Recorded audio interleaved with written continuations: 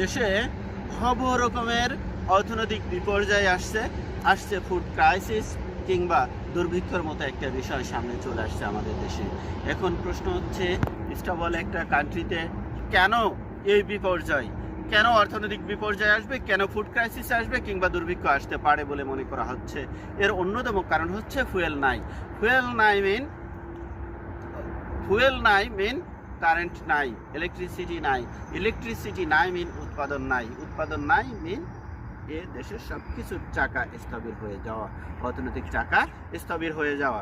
এখন আমাদের দেশে যেহেতু এখন কারেন্টের ইলেকট্রিসিটি নাই, যেহেতু ইলেকট্রিসিটি টাইমলি একটা লম্বা সময় থাকছে না, শিল্প প্রতিষ্ঠানে যোগান দিতে পারছে না, ইলেকট্রিসিটি নাই বলেই সারা দেশের যে শিল্প কারখানা আছে তার উৎপাদন বন্ধ বলে বিদেশিরা নতুন করে ইনভেস্ট করতে সাহস পাচ্ছে না, নতুন ইনভেস্ট নাই।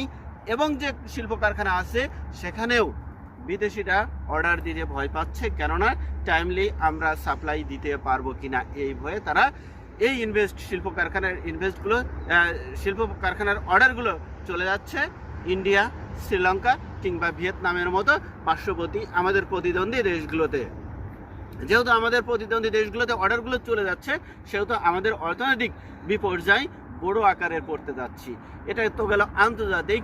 এবার আসুন অভ্যন্তরীণ বিষয়ে যখন ফুয়েল নাই, তখন কৃষকরা সেচ দিতে পারছে না। অর্থাৎ আমাদের দেশে প্রায় 15 লক্ষ সেচ পাম্প আছে, সেই 15 লক্ষ সেচ পাম্পগুলো যখন একটা বড় অংশ বন্ধ থাকছে, তারা ফুয়েল পাচ্ছে না, তারা ইলেকট্রিসিটি নাই, ডিজেল নাই, কোনোভাবেই কোনো দিক দিয়ে তারা সেচ দিতে পারছে না। আমরা জানি যে সেচ ছাড়া কৃষি খাতের উৎপাদন বড় ধরনের ব্যাহত হচ্ছে। শুধু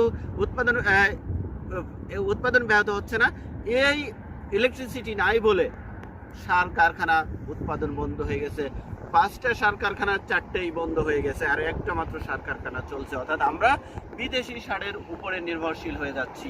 যখন